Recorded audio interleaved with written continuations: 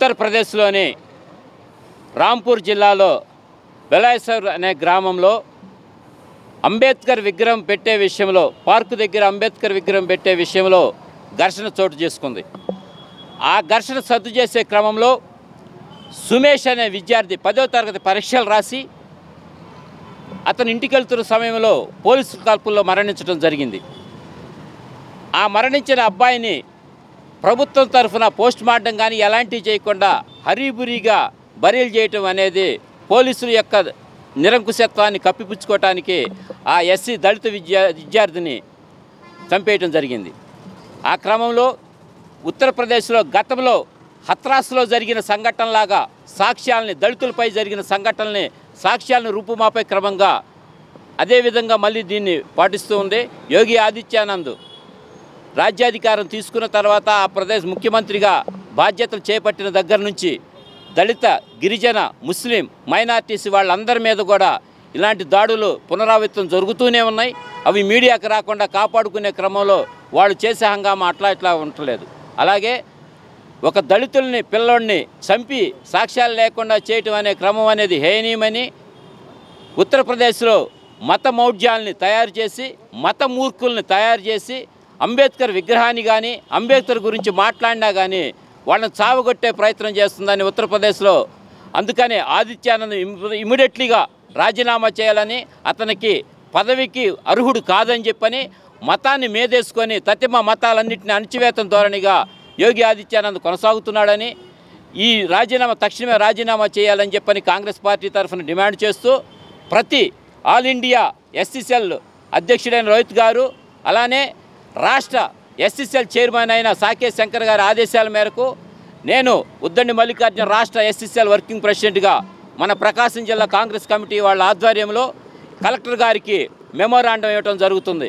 ఉత్తరప్రదేశ్లో ఉన్న జరిగిన హింసల్ని, వాటన్నిటిని, గతంలో జరిగిన హింసలన్నింటినీ కూడా ఒక సిట్టింగ్ జడ్జి చేత న్యాయ విచారణ జరిపించి అక్కడ ఉన్న అధికారులు చేసిన మోసాలను కానీ, అధికారులు ఆ పిల్లవాడి విషయంలో సహకరించకపోవటం కానీ, ఆ కుటుంబానికి జరిగిన అన్యాయాన్ని సిట్టింగ్ జడ్జి చేత విచారణ జరిపించి అధికారులందరినీ తక్షణమే అరెస్ట్ చేయాలని చెప్పని, వాళ్ళని శిక్షించాలని చెప్పని కాంగ్రెస్ పార్టీ తరఫున డిమాండ్ చేస్తూ ఈరోజు ఒంగోలు ప్రకాశం జిల్లా కమిటీ ఆధ్వర్యంలో మన కలెక్టర్ గారికి మెమోరాండం ఇవ్వడానికి వెళుతూ ఉన్నాం. ఉత్తరప్రదేశ్లో యోగి ఆదిత్యనాథ్ ప్రభుత్వం వచ్చిన దగ్గర నుంచి దళితుల మీద, ఆదివాసుల మీద, క్రిస్టియన్స్ మీద, ముస్లిం మీద అతి భయంకరమైన అత్యాచారాలు చేస్తూ ఉన్నారు.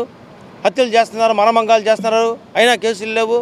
మొన్న అంబేద్కర్ విగ్రహాన్ని ఇక్కడ పెట్టాలని, భారత రాజ్యాంగ నిర్మాత డాక్టర్ బిఆర్ అంబేద్కర్ విగ్రహాన్ని పెట్టాలని జరుగుతున్న క్రమంలో, అక్కడ జరుగుతున్న ఘర్షణలో పోలీసులు ఒక విద్యార్థిని కాల్చి చంపారు. 10th క్లాస్ విద్యార్థిని.